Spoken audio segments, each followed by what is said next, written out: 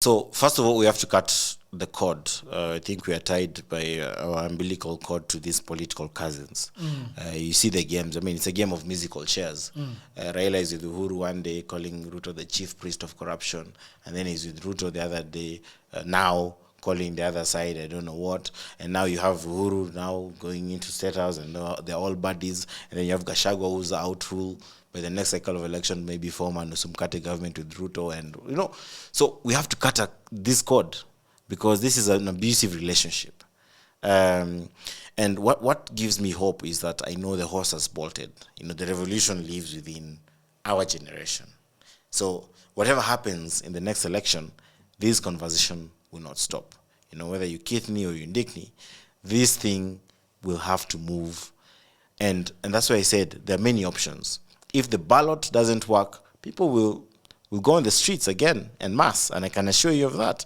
If this government or the political class conspires to rule Kenyans, I think Kenya will be very, very, very against their own will. Yeah. I think we'll have a long, long, long way ahead of a lot of acrimony, a lot of people on the streets. People will not accept it.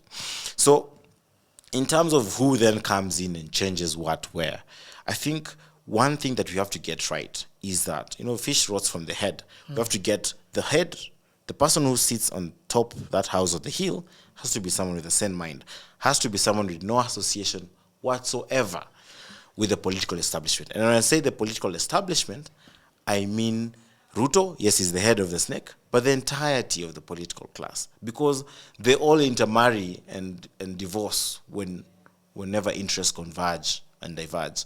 And so you need someone who can give us a clean break, right? That someone could be you, it could be me, it could be, and that's why as Kikau we are keen to bring these new generation leaders and aspirants into the political pipeline. And when we choose a president from that point, then the question of odious debt becomes credible, because Ruto will never go for Uhuru. He will say 6 trillion was stolen, but nothing will ever happen. It's just a story written in the papers and then dies the next day. Raila will say Ruto is the chief priest of corruption, but we'll sit and dine with him, and even talking about now backing him in 2027. I mean, what are we doing as a country? So we need that person, because I see managing a country as the role of the point guard in a basketball game, or those guys who watch football.